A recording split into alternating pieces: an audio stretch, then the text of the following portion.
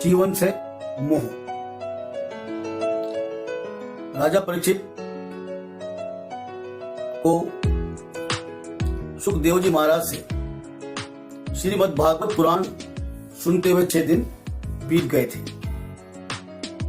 और तक्षक सर्प के द्वारा राजा परीक्षित को काटने में एक दिन शेष रह गया था, जबकि उससे उनकी मृत्यु होनी थी। तब भी राजा परीक्षित का शोक और भय कम नहीं हुआ। यह देखते हुए सुखदेव जी महाराज ने राजा परीक्षित को एक कथा सुनाना प्रारंभ किया। एक राजा था, वो जंगल में शिकार खेलने गया हुआ था और वो काफी आगे निकल चुका था। रास्ता भटक गया था, रास्ता उसको नहीं मिल रहा था उस जंगल से निकलने का। तब उसके मन में थोड़ा सा भय होने लगा और रास्ता ढूंढते ढूंढते उस राजा को रात्रि हो गई, वर्षा भी शुरू हो गई, जानवरों की आवाजें आने लगी। राजा घबराने लगा, अब क्या होगा। तब राजा ने सोचा, अब तो मुझे कहीं ठहरने के लिए आश्रय ढूंढना चाहिए, क्योंकि रात्रि हो चुकी है और वर्षा भी होने लगी है, इसलिए मुझे कहीं ना कहीं ठहरने की व्यवस्था करनी चाहिए। चलते चलते चलते चलते उसको छोटा सा दीपक टिमटिमाता हुआ नजर आया। राजा को कुछ आस बंधी कि शायद हो सकता है वहां पर कोई बस्ती हो। वो धीरे धीरे उस टिमटिमाते हुए दीपक को देखते हुए आगे बढ़ने लगा और धीरे धीरे वो एक झोपड़ी के पास पहुंच गया। झोपड़ी के पास पहुंचा तो उसको वहां कुछ दुर्गंध महसूस हुई। वो झोपड़ी के बिल्कुल नजदीक गया तो झोपड़ी के अंदर से दुर्गंध आ रही थी, लेकिन राजा को मजबूरी थी कि राजा को रात्रि बितानी थी, क्योंकि बारिश शुरू हो चुकी थी। कई तरह के जानवरों की आवाजें आ रही थी। उसने अंदर देखा तो एक बहरिया वहां सो रहा है और झोपड़ी के अंदर भी बहुत कम रोशनी थी। दीपक की कितनी सी रोशनी होती है, उसके हिसाब से उसके अंदर रोशनी थी।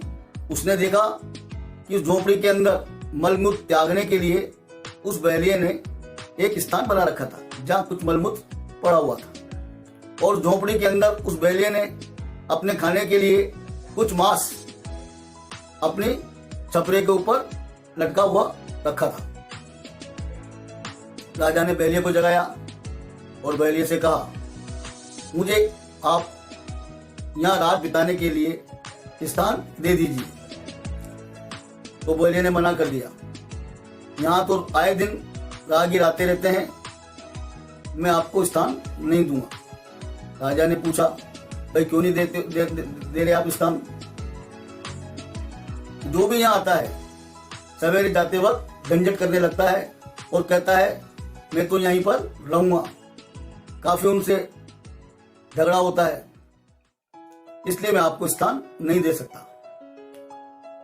राजा कहता है कि मैं आपसे प्रतिज्ञा करता हूं कि मैं सवेरे होते ही यहां से स्थान छोड़ दूंगा। मैं कोई लड़ाई झगड़ा आपसे नहीं करूंगा, सिर्फ मुझे एक रात के लिए आश्रय दे दीजिए। बहरिया फिर मना कर देता है। फिर राजा उनसे अनुनय भी नहीं करने लगता है। आप मुझे एक रात की तो बात है, मुझे एक रात के लिए आश्रय दे दीजिए। बहरिये को उन पर दया जाती है और वो उनको आश्रय दे देता है और ये कहता है, वादा लेता है कि देखो मैं दे तो रहा हूं, लेकिन आप सवेरे जाते वक्त मुझसे कोई झंझट मत करना। राजा कहता है कि नहीं, मैं आपसे कोई झंझट नहीं करूंगा और राजा वहां विश्राम करता है। जब सवेरे वो उठता है तो राजा को उस झोपड़ी की जो दुर्गंध थी वो उसके मन मस्तिष्क के अंदर बस जाती है और सवेरे वो अपनी रात की भी प्रतिज्ञा भूल जाता है, अपने दैनिक कामकाज भी भूल जाता है, अपने वास्तविक मूल उद्देश्य को भी भूल जाता है और वहां बसने की सोचने लगता है और राजा से, उस बहलिया से पुनः प्रार्थना करता है कि मुझे आप यहाँ पर 2-4 दिन रहने के लिए आज्ञा दे दीजिए। तब वो बहलिया भड़क उठता है, उस राजा को अच्छा बुरा कहने लगता है। अब बताइए, तो फिर राजा उनसे कहता है कि नहीं नहीं नहीं, सिर्फ 2-4 दिन में वहां पर और रहना चाहता हूं। अब बताइए राजन कि राजा को उस बहलिया की झोपड़ी में क्या सवेरे उठकर जाने के लिए झगड़ा करना चाहिए था, या उसको रात वहां पर दोबारा रहना चाहिए था? बताइए आप। तो राजा परीक्षित कहते हैं सुखदेव जी महाराज से, आप मुझे उस राजा का नाम तो बताइए, वो कौन राजा था जो सवेरे उठकर अपनी प्रतिज्ञा और अपने वास्तविक मूल उद्देश्य को भूलकर वह रहने की जिद कर रहा था। तभी सुखदेव जी महाराज, भगवान सुखदेव जी राजा परीक्षित से कहते हैं कि वो और कोई नहीं, आप ही तो थे। आपको, आपकी आत्मा को आप मलमूत्र युक्त इस देह के अंदर जितने दिन रहना था वो अवधि तो समाप्त होने जा रही है, सिर्फ 1 दिन बाकी है। आपको इस लोक से उस लोक को जाना है जहां से आप इस लोक के अंदर इस मल मूत्र युक्त देह के अंदर आए हैं। अब बताइए, क्या आपका यहां से जाना उचित है या नहीं है? आपको यहां से जाना चाहिए नहीं जाना चाहिए? क्यों? क्योंकि वो मूर्ख राजा आप ही हैं। ये बात सुनकर राजा परीक्षित का ज्ञान जाग उठा, अंतरात्मा जाग उठी और राजा परीक्षित ने सहर्ष ये देह त्यागने का निश्चय कर लिया। सहर्ष मोक्ष प्राप्ति के लिए उन्होंने निश्चय कर लिया।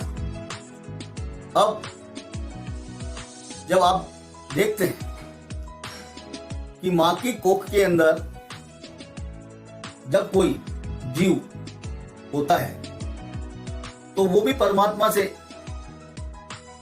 मां की कोख के अंदर प्रार्थना करता रहता है कि हे परमपिता, आप मुझे इस नरक से निकालिए, मैं यहां से बाहर आना चाहता हूं, आप मुझे मुक्ति दीजिए। मैं बाहर आकर आपका सुमरन करूंगा, भजन करूंगा, हरि कीर्तन करूंगा। इस प्रकार से वो जीव भी मां की कोख के अंदर प्रार्थना करता रहता है ईश्वर से। जब उस जीव का पैदा होने का समय होता है, उस दुनिया के अंदर आता है और धीरे धीरे बड़ा होने लगता है, तब वो इस दुनिया की चमक दमक को देखते हुए, यहाँ की चमक दमक देखता है और यहाँ दुनिया के मोह में फंसने लगता है। अपना पराया सब उसको एहसास होने लगता है अपने पराये का, और वो यहाँ की चमक दमक की खुशबू उसके शरीर के अंदर, उसके मस्तिष्क के अंदर जो खुशबू है वो बस जाती है और वो भी यहाँ से अपना देह छोड़ना नहीं चाहता है। कुछ % लोग ऐसे हैं जो कि संसार से, इस संसार रूपी महासागर से अपना देह त्यागने के लिए तैयार होते हैं, जो आत्मज्ञानी होते हैं, जिनको आत्मा का आत्मज्ञान होता है, वो कुछ परसेंट लोग हैं। बाकी के 99% लोग इस दुनिया के अंदर आने के बाद यहां से जाना नहीं चाहते हैं और जाना नहीं चाहते हैं। किसी ने सही लिखा है और सही लिखा है उसने कि जिंदगी बेवफा है, एक दिन ठुकराएगी, मौत महबूबा है, साथ अपने लेकर जाएगी। ये सत्य है। जो इस दुनिया में आया है उसको यहां से जाना ही है। क्यों? क्योंकि शरीर नश्वर है। हम जहां से आए हैं उस परमपिता परमेश्वर के पास हमें वापस लौटना ही होगा। इसलिए हमें अपने शरीर से मोह नहीं रखना चाहिए, दुनियादारी से मोह नहीं रखना चाहिए, क्योंकि जो भी व्यक्ति अंतिम समय में उसकी जिसमें आस्था हो जाती है, जिस प्रकार से वो सोचता है, विचारता है, उसी प्रकार से उसको नई योनि फिर प्राप्त होती है। इसलिए हमें मोह त्यागना चाहिए और अंतिम समय में हरि कीर्तन करना चाहिए, प्रभु का स्मरण करना चाहिए, ताकि हम उस प्रभु के साथ उसमें लीन हो जाएं और हमें मोक्ष मिल जाए। अगर आपको मेरा ये वीडियो पसंद आया हो तो इसको लाइक करें, इस पे कमेंट्स करें और ज्यादा से ज्यादा शेयर करें। जय श्री राम।